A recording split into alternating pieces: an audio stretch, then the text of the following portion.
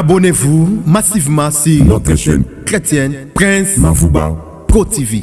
N'hésitez surtout pas de liker la vidéo et si vous êtes nouveau, abonnez-vous et décrochez la cloche des notifications pour ne rien rater.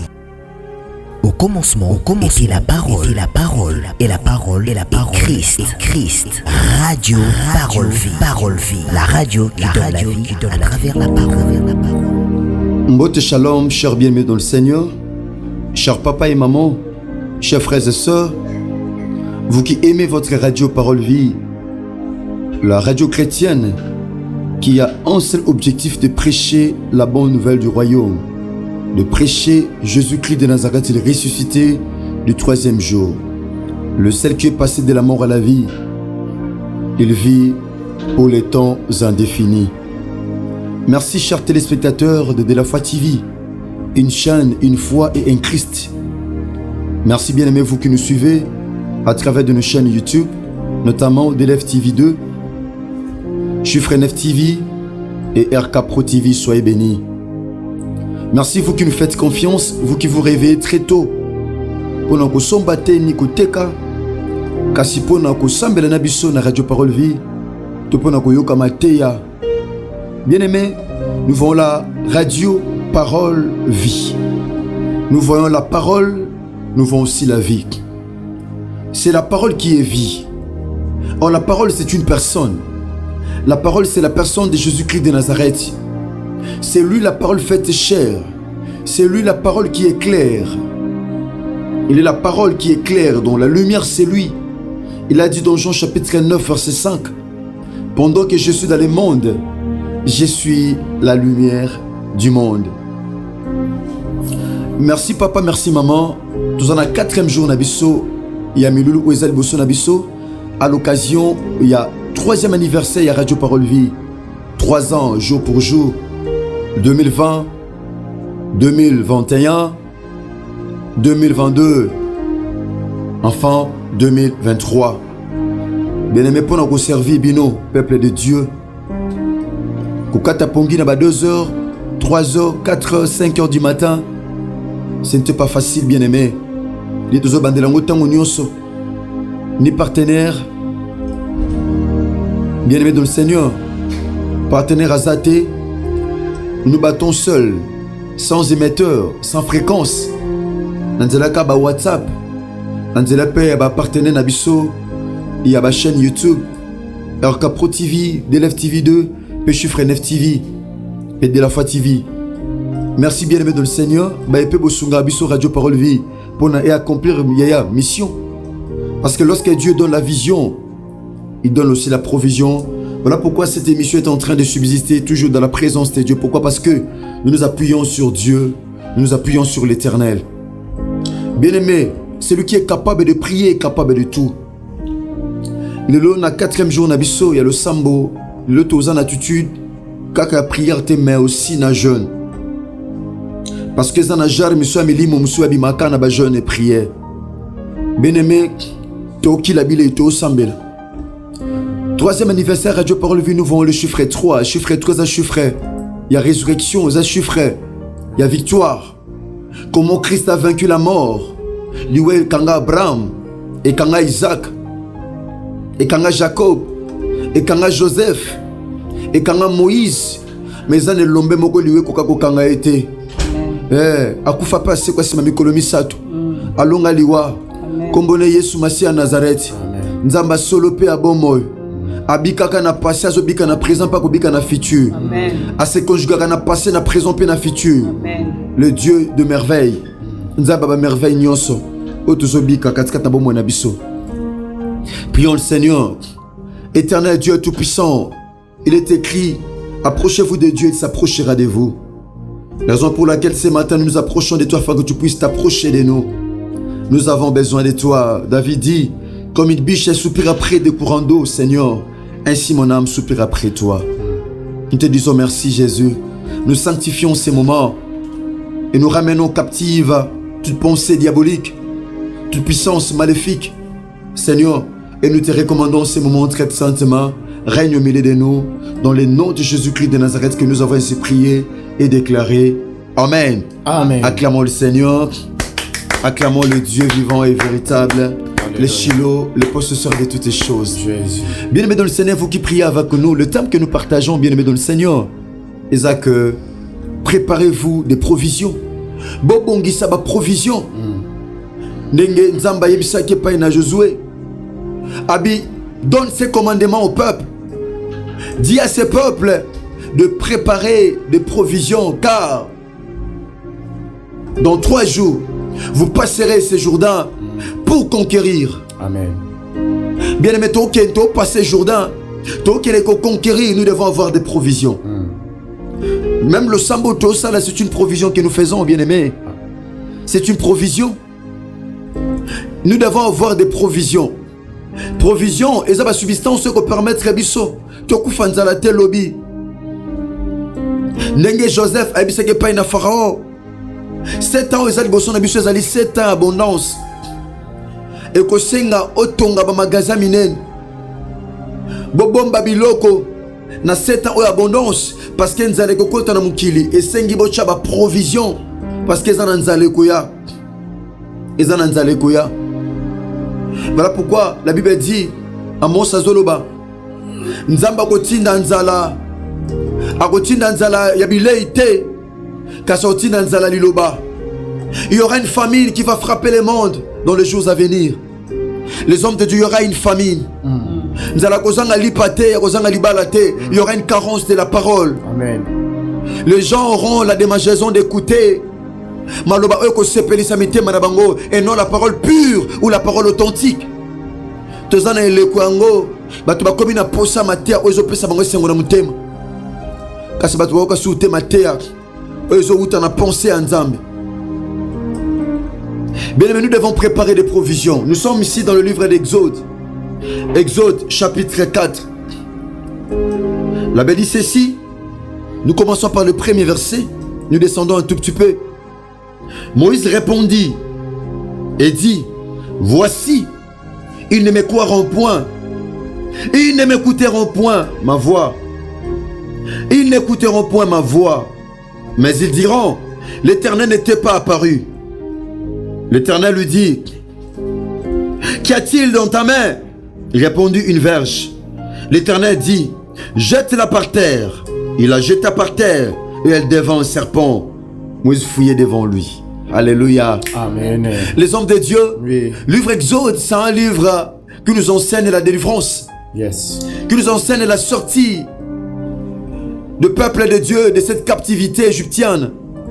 C'est un livre qui nous montre la délivrance. Parce qu'en Jésus-Christ de Nazareth, notre délivrance est possible. Amen.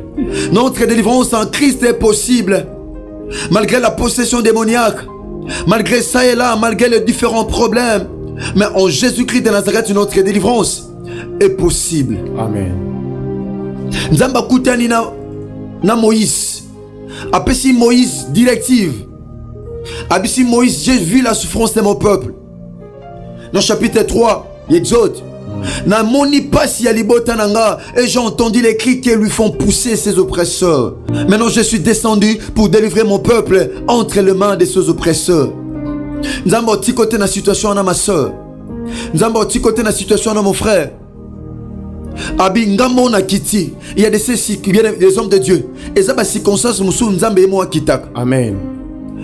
Abi yemo kwa kitak abi je suis descendu pour délivrer mon peuple. Abi Moïse Kende pas Pharaon. Kende nanda kwa Pharaon et pas un roi. C'est moi qui t'envoie. Yebisa pas un Pharaon. Abimisa peuple. Yebisa pas un Pharaon qui libère mon peuple. Le long Zamba zope sa ordre. Vino fait à la libérer. Amen. Zamba zope sa ordre. Lipambo no fait à la libérer. Amen. Zamba zope sa ordre. Libota no fait à la libérer mon frère, ma soeur, maman, papa. Abi yebisa Pharaon a libéré peuple. Plus de 400 ans. Peuple Fabima. Habillé Bissaye. Maintenant, les hommes de Dieu, Moïse connaissait la puissance et la force des pharaons. Amen. Aïbaki Makasi peut puissance à Pharaon. Les hommes de Dieu, parfois, ils ont pourquoi? Parce que tout le monde a mais tout le monde a taille à misala on zamba réalisé na croité. Parfois, nous voyons les volumes. la taille de nos problèmes et non le volume de l'œuvre que Christ a accompli à la croix du Calvaire. Nous devons plus porter le regard vers la croix. Abini. Abi, ils ne me croiront point. Abi bondi mangate. A ozotinda nga bondi mangate. Nga na botami na ndako. Na koli na ndako Pharaon. Natangi ba classe. Natangi ba sali ba étude égyptienne. Na ebe Égypte bien ebi Pharaon. Pharaon a oyokate, a ondimate, a okwarte. A ondimate ke yom totindinga. A ondimate. A ondimate. Pe akoyokane mungongo nangate. Kasako loba. Ozokosa nzamba bimila kiote. Ozokosa. L'Éternel n'était point apparu. Nzamba bimila kiote. L'Éternel lui dit. Nzambe. Asepela ki Moïse azana provision. Nzamba tuni Moïse. Abi oui. Quoi que zo ba ondimote. Mais qu'y a-t-il dans ta main? Na maboko no zananin. Na loboko no zananin. Bien aimé. Pour Nzamba sana miracle. Il va te poser la question si tu as quelque chose dans ta main. C'est ça la provision. Amen. Dieu a besoin. Nzamba na posa pambola. Nzamba na posa multiplier. Mais il veut que nous ayons la provision en main. Amen. Nzamba na posa dosa na provision. Parce que Nzambo ba multiplier na zéro te. Zéro ça chiffre moko absorbant et melaka. Nzamba tuni Moïse. Atuni ozani. Abi na kana nzete. Alléluia. Mon frère, c'est une provision. Amen. La verge de Moïse était une provision. Amen. Bien-aimé, le sambozo sala, c'est ça la provision. Yes. Cette sanctification-là, c'est ça la provision. Cette vie de prière-là, c'est ça la provision. Jeûne et prière aux sala, c'est ça la provision. Mutema malamu ko soutenir musala nzambe wana, c'est ça la provision. Amen. Mutema malamu wana zala ko soutenir batu ya ko sungame bandeko na famille, c'est ça la provision. Yes. Avoir un cœur disposé, bien disposé, c'est ça la provision. Nzamba tali abi Moïse ozana nina maboko. Ozana nini ndenge mobala zaki na mapa na mbisi. Alléluia. Nzamba tuni Moïse. Moïse amitali abi nana mbongo te. Nana logo te. Ndenge biso mon frère ma soeur, tu as quelque chose en toi. Et cause à la visible tout comme invisible. Yes. Moussozo minimisant, mais tu as quelque chose en toi que Dieu est capable de multiplier. Amen. En toi il y a quelque chose. Tu as une provision parfois mon frère. Osana provision, comme mon destinée, osana provision, Moussana osala kawana métier wana, c'est ça la provision. Ces métiers-là, c'est ça la provision. Qu'on soigne ma relation, c'est ça la provision. Qu'on a bien nzambe pena batu, c'est ça la provision. Atudioza na loboko, il répondit une verge. Alléluia. Nzamba bizwa nzete na bwaka. Et ça blom sous na vie.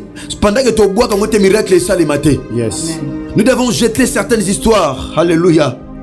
Gloire soit rendue à Jésus-Christ de Nazareth, lui qui est la parole vie, lui qui est la parole faite chair. Il y a certaines histoires que nous tenons, nous devons les jeter. Et ça l'homme où on a 2022 quand on a ma boucle et c'est que tu bois. La Bible dit jette ton pain dans l'eau et quelque temps tu vas le récupérer. Oh ça on a bois quand on a sait. Yamana ka ozanango. Nebito zana ni na maboko. Ko bois quelque chose peut soutenir l'œuvre de Dieu. Aux verges, au bois qui. Et ça peut kotama no kobanga nzambe. Aux vimo ko ezo kanga vina yo, au bois qui viwana. Yes. Kabona loko nyonso, oyo ko empêcher miracle ça na vina yo. Ozana provision. Nzamba bina e bois kango na mabele. Boaka. Moïse avait écouté la voix de Dieu, avait la sensibilité d'écouter le Seigneur, avait aussi l'obéissance à la parole de Dieu. Moïse a pris la verge. A tikango. Bilo musuna maboko photo longolongo po nzamba sala miracle. Amen. Bilo musuna bandako na biso photo longolongo po nzamba sala miracle. Yes. Bilo musuna bomo na biso photo longolongo po nzamba sala miracle. Amen. Il y a de ces histoires que nous devons nous séparer de ça pour que le miracle se fasse dans nos vies. Les hommes de Dieu. Azu Abouaki. Alléluia. Il a jeté par terre et elle devint un serpent. Alléluia. Depuis quand ils étaient comme manioc, nous avons un Dieu capable de changer toutes choses. Nous avons un Dieu qui peut changer la maladie en guérison. Nous avons un Dieu qui peut changer la mort en résurrection. Nous avons un Dieu qui peut changer la pauvreté en richesse. Nous avons un Dieu qui peut changer l'ignominie en gloire. Nous avons un Dieu qui peut changer la condamnation en grâce. Nous avons un Dieu qui peut tout changer. Abongola nyoka, abongola nzete koma nyoka. C'est possible ce matin. Et le kosim na loboko nzamba transformer ango. C'est possible ce matin. Et le kosim nzamba bongola ango. Abongola domaine vina yo. A changer ba dossier vina yo. A changer ba donner. Abongola makambo. Nous avons un Dieu qui ne change pas, mais il change nos situations. Il change nos conditions. Il change nos problèmes. Il change nos destinées. Il change nos avenirs. Il change de ça et là. Nous avons un Dieu. Abongo na raté mabongo la makamba bateau. Abongo na ba premier bateau. Abi oh, Joan zete boaka na se. Lorsque Moïse a jeté la verge par terre, la verge s'est transformée en serpent. Oh! Nous avons des sortes de serpents. Nous avons les serpents qui représentent les diables. Nous avons aussi les serpents qui représentent la croix de Jésus-Christ de Nazareth. Les hommes de Dieu dans le livre de Nombres chapitre 21. Nzambabisi Moïse. Banyoka bazo soit banase, mais fais-toi un serpent de rein, mets-le sur une perche. Car quiconque aura été mordu par les serpents, lorsqu'il levera le regard, alléluia, lorsqu'il fixera les regards sur la croix, sur les serpents mis sur la perche, aura la vie sauve. Nicodème Alobiango, Christ a joué ça Nicodème plutôt. Quand Moïse éleva les serpents dans le désert, de même que le Fils de l'homme sera élevé. C'est les serpents qui donnent. Serpent ou appelle ça qui bombe na kate sobe. Comme on est Yesu Massi à Nazareth. Nzamba solo pe abomoy. Nzamba bikamu pe makoki nyonso. Provision ezaki na maboko ya Moïse. Yango nzamba seli miracle. La Bible dit comme serpent. Moïse abandi ko banga. Ko banga te bien aimé. Makam nzamba osana vino monsieur ko bangisa yo. Ezaka nzete. Ezanzete bien aimé. Eza pena bilo musuna vine banki sakayo yana ngonzete. Yes. Mutu ana bundi sakayo ane nzete. Yes. Pauvreté ane bundi sakayo yana ngonzete. Yes. Esprit de mort wana yana ngonzete. Amen. Mari de nuit ana ane nzete. Et loko bundi sakayo ana ngonzete. Et communion ka Moïse bangi. Alléluia. Moïse bangi. Moïse bangi. J'aime ces versets, les hommes de Dieu, excusez-nga, ta kongongezo poussan. Excusez-nga. Ya poussana momke. Alléluia. L'Éternel dit à Moïse, étends ta main et saisis-le par la queue. Les hommes de Dieu, Nzambabi na Moïse, Tchaloboko, Simanyoka na Mukila. Les hommes de Dieu, force à nyoka za na mutu. Amen. Comment Nzambati na Moïse, Asimba nyoka na Mukila, alors que nyoka basimba ke na kingo na mutu. Pour moi, beto venez zate, moi balukule zate. Mais nyoka tango simbe na mukila, autombo la mutu parce que force à nyoka na mutu. Amen. Mais nzamba bisi Moïse, simbe na mukila, tikilanga mutu. Christ a remonté na croix, a écrasé mutu ya nyoka. La Bible dit dans le livre Genèse chapitre 3 verset 15. Alléluia, alléluia. Le Fils de l'homme, Jésus-Christ de Nazareth, a écrasé mutu ya Satana. La tête était réservée pour Jésus. Moïse n'était pas à mesure parce que Moïse était Christ mais dans l'ancienne alliance. Moïse a qui tue ya Christ. Moi si ma mutu a qui était la tête était réservée pour Jésus. Je me dire à quelqu'un ce matin, ezabilo musuna vino nzamba préparer ngo pour venir. Ezabilo musuna vino mutu aussi mangote. Et loka vino mutu aussi mangote. Mutu chango maboko azate. Libala vino mutu aussi mangote. Succès vino mutu aussi mangote. Voyage vino mutu aussi mangote parce que cela est ta provision. C'est les provisions. Nzamba bombiango. Nzamba bomba mutu pour na Christ. Afinango na croix. Je me dis à quelqu'un ce matin. Et loko le lisaka vino c'est possible na tongo lelo écraser ango. C'est possible na tongo lelo oniatango. C'est possible na tongo lelo oniatango. C'est possible bien aimé dans le Seigneur. Yango lelo oko écraser. Et loko nyonso bundisaka yo oko croiser. Pourquoi? Parce qu'en toi il y a la provision. Yes. Donc on est deuxième partie le monde avec Blanchard Moké. Gardez toujours à tuer le Sambozan mon frère, ma soeur bien-aimée dans le Seigneur. Merci beaucoup l'homme de Dieu. Je vous en prie l'homme de Dieu. Peuple de Dieu, baïbozami de partout, tika kolona lola Yesu Masi à Nazareth. Oya zanzamba solo pe abomoy, asala bisongo lupe bolamu. Tika topusa na présence ya nzambe na kati ya losambo. Kolandisama na exhortation. Nzamba yebisi Moïse atuni mutuna ozana nini na maboko. Moïse a répondre que nazaka na nzete ya pamba. Or nzete yango nde nzambe andi alingaki a utiliser pour na délivrance ya peuple na ye, liboso ya Pharaon, pour que Pharaon andimake certainement motoyo akutanaki na Nzambe, Nzambe azana ye longo. Bien-aimé na lingi opusana na présence ya Nzambe. Nzete, Moïse alaki na nzete. Na maboko na yo papa, maman, mon frère, ma sœur, et ozana nini. Kolandi sama na exhortation. Na lingi sikoyo opusana na présence ya Nzambe. Moïse alaki na bâton. Na kati ya bomo ina yo. Nzamba yebisie bwaka yango na se. Po miracle salama. Na lingi bien aimé. Moïse abora ki bâton na se. Ekomaki nyoka. Na lingi okende ko bwaka. Problème oyo nyonso ozana yango. Oyo ezotungisa yo. Bwaka ngo na makolo ya Yesu Masia. Bwaka ngo na présence ya Yesu Masia. Santé oyo ezo compliqué yo. Zwaka état ya santé wana ya pasi. Bwaka ngo na makolo na Yesu Masia.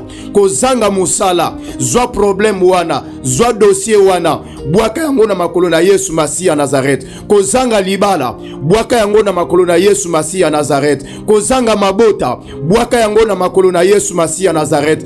Ozangi mukanda, zwa dossier wana, bwaka yango na makolo na Yesu Masia Nazareth. Loba na ye tata, na ye ko bwaka, kozanga kobota nanga, na ye ko bwaka, chômage nanga, na ye ko kitisa, stérilité nanga, chômage nanga, pauvreté nanga, problème nanga, situation nanga, santé nanga, na yeko bwaka yango, na yeko kitisa yango, na 4e jour oyo, na présence na yo, na makolo na yo, liboso na yo Yesu Masia, tika Yesu Masia Nazareth, yo Nzambe oyo, obongola ki bâton, na serpent, na tongo ya lelo, bongola problème nanga, bongola situation nanga, bongola maladie nanga na guérison, bongola stérilité nanga na maternité, bongola célibat nanga na mariage, bongola chômage nanga na travail, banda ko sambela bien-aimé, banda ko kitisa, banda ko bwaka, banda ko présenter Yesu Masia Nazareth vie na yo, problème na yo, préoccupation zana yango. Mosantu ya lola Nzamba bomboy. Yesu Masia Nazareth Nzambe na nguya. Pusanye epai na yo moyenge beni. To pusanye epai na yo mosantu na lola. Nzamba solo pe ya bomboy. Nzamba makoki nyonso. Nzambe na nguya. Yo ozana makoki. Yawe Nzambe tata. Ya kubongola. Ozan Nzambe oyo. Epai na yo impossible. Ezalaka te ozan Nzambe ya toute possibilité. Nzambe oyo kolona bikamwa Yesu Masia bâton okomisi yango serpent pona ko démontrer puissance ya kombo na yo, pona ko démontrer puissance ya bonzambe na yo liboso ya Pharaon. Yesu Masia Nazareth na tongo tope na butu ya lelo kolona bombo Yesu Masia na pusanye epai na yo, na pusanye epai na yo, na bandiko mema, na bandiko mema, na bandiko bwaka, na bandiko kitisa problème ya papa, ya mama, ya frère ma sœur, situation ya pasi, situation ya pasi, ya Nzambe tata, santé na ye, na memi santé na ye, na memi kaya santé na ye, na bandiko kitisa, santé ya papa, santé ya mama, oyo Nzamba na ye ko kitisa yango, na ye ko bwaka yango, na makolo na yo, na maboko na yo, na présence na yo, na 4e jour, na 4e jour, na biso, oyo wapi Nzambe tata, totelemi na présence na yo, Yesu Masia Nazareth, na ye kokitisa, na ye kokitisa, Yawe Nzambe tata, soki obongolaki, soki obongolaki, soki obongolaki, baton ya Moïse na serpent, banda kobongola, stérilité ya ndeko oyo, na maternité, na fécondité, banda kobongola, célibat ya ndeko oyo, na mariage, banda kobongola, état ya pasi, ya maladie, ya papa, ya mama, ya mofo, ya mase, maladie oyo, banda kobongola yango, na guérison, bongola maladie oyo na guérison, bongola celiba oyo, bongola celiba oyo, na mariage, bongola celiba oyo, na mariage, bongola chômage ya ndeko, chômage ya papa, chômage ya mama, chômage ya confirmation, bongola chômage na ye na travail, Yesu Masiya, bongola refi, ba refi na ye, ba refi na ye, ba refi na ye, ba refi na ye, bongola yango na réussite, Yesu Masiya, ba échec na ye, bongola yango na réussite, bongola yango na réussite, Yesu Masiya,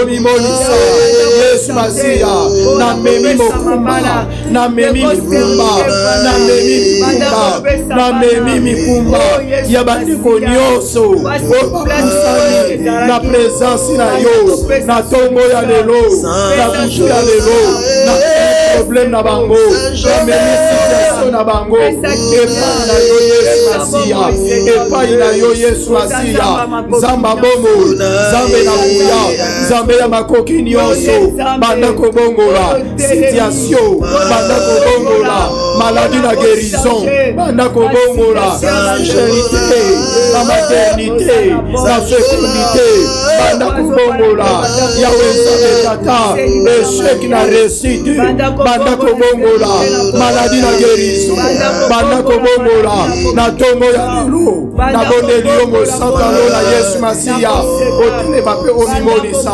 parce que yo zanzambe, na 4e jour oyo, chiffre 4, oeza chiffre, ya présence en Zambé, ne na présence na yo, ne na présence na yo, na memi, na recommandé, na simisi, na puaki, na tiki, na maboko na yo, tope na présence na yo, na memi mokumba, ya moko na moko, na memi situation ya moko na moko, na memi problème ya moko na moko, et pas na yo Yesu Masiya Nazareth, oh ça a quelque chose. La Bible me dit que le temps des miracles n'est pas encore passé. Miracle et salama. Yesu Masiya Nazareth nzamba bomo. Yoka, Basana Zambe Yoka. Après avoir Moïse Kobwaka bâton Kokoma Nyoka, Nzamba Lobena pour la 2e fois. Sembola loboko na yo simba nyoka na mukila. Bien-aimé, ozo simba situation nyonso ya pasi ozo vivre na kati ya bombo ina yo. Simba maladie wana, simba échec wana, simba via ba refi wana ya humiliation wana, simba situation wana, simba stérilité wana, simba chômage wana, banda ne ozo simba yango na mukila. Ozo beta maboko ozo déclarer ndenge nazo simba maladie oyo nazo pikola yango na nzoto nanga, ndenge nazo simba celibat oyo nazo pikola yango na vie nanga, ndenge nazo simba stérilité, chômage, pauvreté oyo nazo pikola yango na bomoi nanga, chômage elongwa, pauvreté elongwa, etika vie nanga. Ozo beta maboko ozo déclarer, beta maboko déclarer na kombo Yesu Masiya Nazareth, na kombo na Yesu Masiya Nazareth, nazo déclarer, nazo déclarer, nazo déclarer, nazo déclarer, nazo déclarer, nazo déclarer, nazo déclarer, nazo déclarer, nazo déclarer, nazo déclarer, nazo déclarer, nazo déclarer, nazo simba maladie oyo, nazo simba échec, pauvreté, humiliation, condamnation, blocage na vie ya papa, na vie ya mama, nazo longola, ale ndenge nazo simba, nazo longola, nazo simba, nazo pikola, nazo simba, nazo pikola, célibat, stérilité, chômage, échec, humiliation, maladie, maladie équité, maladie incurable, prostate, myome, fibrome, nazolongola, nazolongola, nazosimba yango, na mukila, nazosimba yango, na mukila, nazosimba yango, na mukila, nazolongola, nazolongola, na vie ya papa, na vie ya mama, nazolongola Makambo 2023 2023 2023 nalongoli maladie, nalongoli échec, nalongoli humiliation, nalongoli pauvreté, nalongoli basi, nalongoli chômage, na vie ya papa, na vie ya mama. Elongwa 2023 échec etika place, humiliation etika place, célibat etika place, maladie elongwa etika place, au nom de Jésus-Christ de Nazareth, au nom puissant de Jésus-Christ de Nazareth. Bien-aimé, tous 100 000 là. Bien-aimé, Pharaon azalaki moko oyo arésistaki contre délivrance ya peuple ya Israël. Bien-aimé, nani oyo atelemi na 2023 omona bolamu ya Nzambe te, oyo atelemi akanga nzela na yo, oyo atelemi empêché yo na parcours ya vie na yo, oyo atelemi akanga maternité, oyo atelemi akanga musala, oyo atelemi abundisa santé, oyo atelemi abundisa musala na yo. Bien-aimé, na tongo alelo ozobeta maboko, ozoyebisa Nzambe Pharaon nyonso oyo akotelemelanga na 2023 oyo kata nazotambola likolo na ye. Pharaon akweya misala na ye bebisama, beta maboko deklare na kombo na Yesu Masia, na kombo na Yesu Masia, na kombo na Yesu Masia. Pharaon nyonso oyo atelemeli papa, oyo atelemeli vie ya mama, oyo atelemeli vie ya bana notre père, oyo atelemeli basante, oyo atelemeli mabala na bango, oyo atelemeli mabota na bango, oyo atelemeli bavoyage na bango, oyo atelemeli vie chrétienne a ministère na bango. Pharaon azokweya, Pharaon azokweya, Pharaon azokweya, Pharaon azokweya, Pharaon azokweya. 2023 oyo tozokweyisa Pharaon. 2023 oyo tozokweyisa Pharaon. 2023 oyo tozokweyisa Pharaon. 2023 oyo tozokweyisa Pharaon oyo azobundisa basante, mabala, mabota, misala, voyage, vie chrétienne, ba ministère. Na 2023 oyo Pharaon azokweya, akweya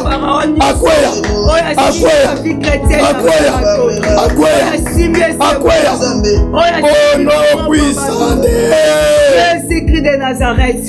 basali na Nzambe tozosambe, tozoyebisa Nzambe akitisa moto na parcours na biso ya année 2023 oyo. Bademarshe nyonso oyo tokozala na yango na année oyo, bavoyage nyonso oyo tokoeffectue na année oyo, baprojet nyonso oyo tozala yango na année oyo, todeklare moto ya Nzambe ebela, moto ya Nzambe ezikisa baprojet ya monguna satana, moto ya Nzambe engengisa babomboyi na biso, engengisa misala na biso, engengisa baprojet na biso, engengisa mabota na biso, engengisa nyonso ya biso epela moto, afin que diable, afin que Pharaon azala na pouvoir te ya kokanga, ya kobebisa, tobeti mabako to déclarer na kombo na Yesu. Yahweh nazokweyisa oyo déclarer moto, fait, nazodeklare fait, nazodeklare moto. nabelelaki moto na yo, moto na yo, tosikisa maboko nyonso esima pambo moto na yo tosikisa. Nazodeklare moto ya Nzambe, nazodeklare moto ya Nzambe na parcours na biso ya année 2023. Nazodeklare moto ya Nzambe na misala na biso, na baprojet na biso, na baaktivité na biso, na basante, na bafoyer, na bafamille. Moto ya Nzambe pela moto nzambe pela moto fe crise nyonso ya Farao baproje ya Farao eyamba moto nzambe engengisa moto nzambe engengisa bafina biso engengisa misala basante baproje engengisa mariage moto nzambe moto nzambe bakokita ebandobebisa ose baproja satana moto nzambe nyonso diable prepare nyonso diable esika la moto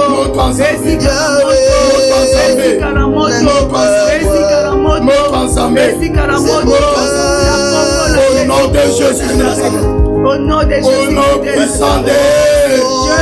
de Nazareth. Merci. Peuple de Dieu, s'il vous plaît, papa, maman, mon frère, ma soeur, au Esa 4e jour, chiffre 4, Esa chiffre la présence ensemble. La présence ensemble, tata, la présence ensemble, papa, maman, mon frère, ma soeur, au fungoli maboko na yo, gardez silence. Seigneur notre Dieu, n'a pas maté au sepelaki 4e jour au epesame la biso na senangolu na yo. Tata to bondeli yo. La 4e jour oyo. Chiffre 4 oyo chiffre présence na yo. Ndenge omona naki na kati ya fournaise ardente. O babwaki Meshach, Shadrach pe Abednego. Seigneur yo 4e personne. O se présentaki kati na bango. Seigneur na déclaré na kombo na yo Yesu Masi à Nazareth. Tika papa, maman, frères et sœurs, ndeko nyonso oyo asambeli na biso. Bipai nyonso oyo yazali. Na déclaré loboko na yo ezala likolo na ye. Ebimisa ye na libulu ya moto. Ebimisa ye na libulu ya bankosi. Ebimisa ye na kati ya maladie. Ebimisa ye na stérilité, na chômage, na pauvreté, na condamnation, na échec, na humiliation, na limitation. Loboko na oyo nguya ebimisa moko na moko. Bipai nyonso bazwami ali bazokoma libre. Bazokoma libre. Bazokoma libre. Alekoma libre. Alekoma libre. Bima na situation ya pasi wana. Bima na humiliation wana. Bima na échec wana. Bima na condamnation wana. Alekoma libre. Au nom puissant de Jésus-Christ de Nazareth. Seigneur, te déclarer grâce et faveur na yo et la partage ya moko na moko oya sambeli na biso elongo na 4e matin oyo na kombo moko kaka oyo pesa mela biso kombo na nguya pe ya lobiko ya nzamba solo pe ya bombo Yesu Masi à Nazareth nzamba solo pe ya bombo neto sambeli ko par la foi de lobi. Amen. Amen.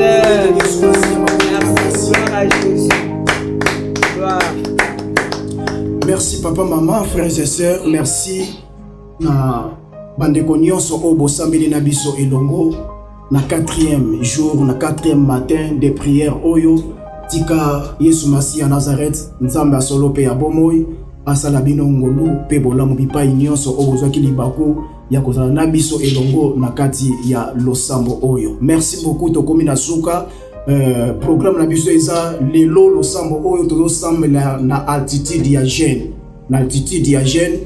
Donc bipai nyonso toza na kati ya Gênes. Losambo oyo tokosambela na 12h, tokosambela na 15h, pe tokosambela na 18h poto fongola Gênes na biso. Tika Yesu Masi à Nazareth asala bino ngolu pe bolamu.